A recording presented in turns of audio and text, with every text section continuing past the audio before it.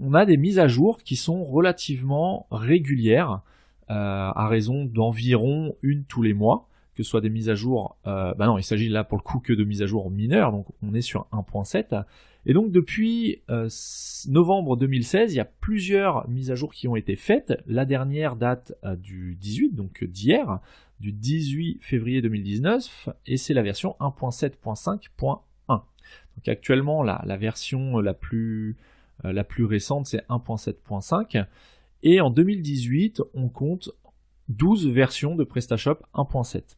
Donc les 12 versions n'ont pas été éditées tous les mois forcément, mais c'est pour vous donner une moyenne. En moyenne, voilà, on a entre 10 et 15 versions du CMS dans l'année.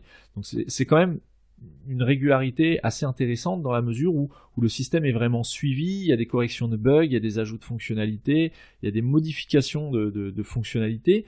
Tout ça tend à vous proposer un CMS qui soit le plus performant, le plus simple à utiliser possible, et ça de façon totalement gratuite, puisque je vous rappelle, à la base, vous pouvez télécharger PrestaShop et l'installer et l'utiliser de façon totalement gratuite à partir du site officiel qui est prestashop.com. Donc pour en revenir à la version 1.7.5 de PrestaShop, qui est sortie le 17 décembre 2018, il y a la première sous-version de 1.7.5 qui est sortie donc le 18 février, qui est la version 1.7.5.1. Cette nouvelle version, quand on lit les modifications qui ont eu lieu entre la 5.0 et la 5.1, 1.7.5.0 et 1.7.5.1, bon, il y a diverses corrections de petits bugs, dont une correction d'un bug qui consistait à empêcher le rafraîchissement de l'éditeur de texte des textes sur les pages produits. Alors, excusez-moi, je vais couper mon portable parce que ça n'arrête pas de sonner et c'est assez désagréable. Je vais me mettre en mode avion. Voilà, c'est fait.